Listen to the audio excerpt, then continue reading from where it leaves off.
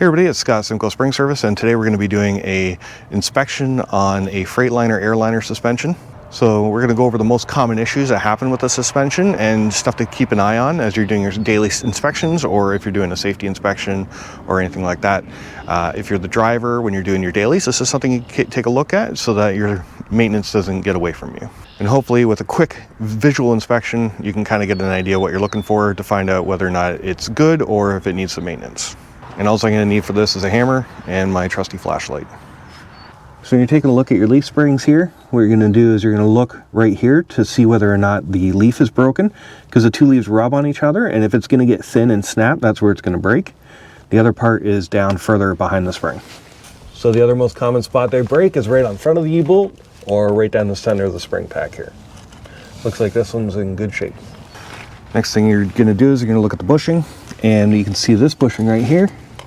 It's got a gap in there. Hopefully I can show you that, but you can see right inside of the bushing all the way down.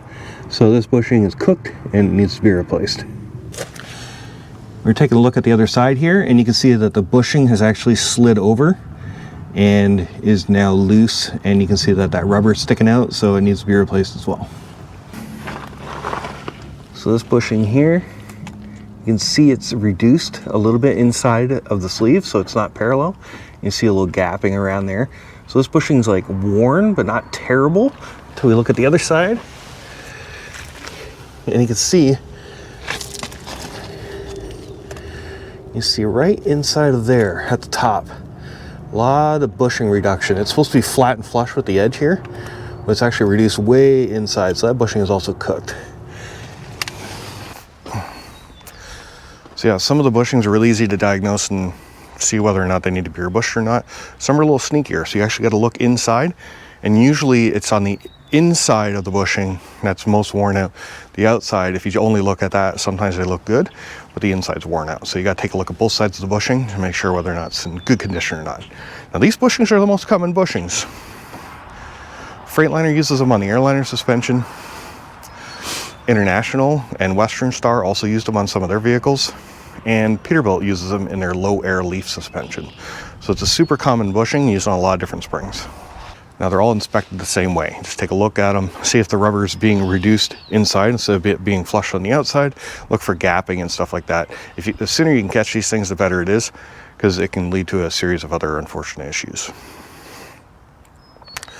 So what'll happen is as your bushing gets loose, your rear suspension will start wandering like this, and then it can start cupping your tires and causing a lot of premature wear.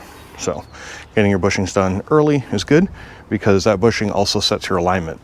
So whenever we rebush these things, we also do an alignment to make sure that you're going down the road straight. So we're also going to take a look at these upper torque rods. They're side-to-side torque rods, so this is what holds your axle straight when you're turning. And they give you these tiny little torque rods when they first buy the truck. However, if you find out that you are wearing through a lot more bushings or always getting shoved over sideways and pulling the rubber out of them, sometimes it's wise to upgrade these to a heavier duty torque rod. So this is the lightest duty one, and then there's 2 grades heavier. So you can get the ones with the big, huge bushings on them, and then you can get ones with a ball joint design, and they're so heavy that they use them on the big cement trucks and gravel trucks and stone slingers and stuff like that, and it really helps with that side-to-side torsion.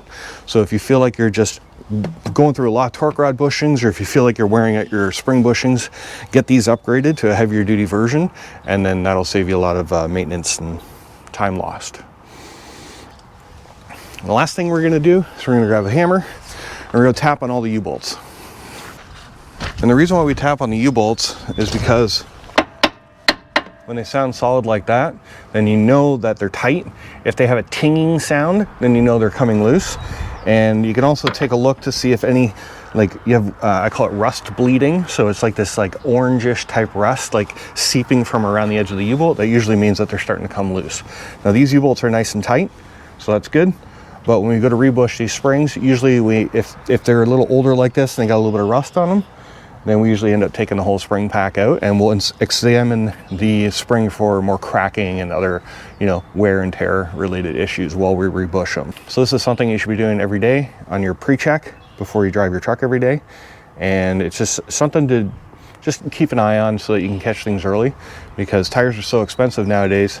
You can actually rebush the suspension cheaper than buying a set of tires. So if you wait until the tires are worn out, then you pay for a set of tires and you pay for a set of rebush. So it's always good to take care of your bushings. So until next time, catch you later.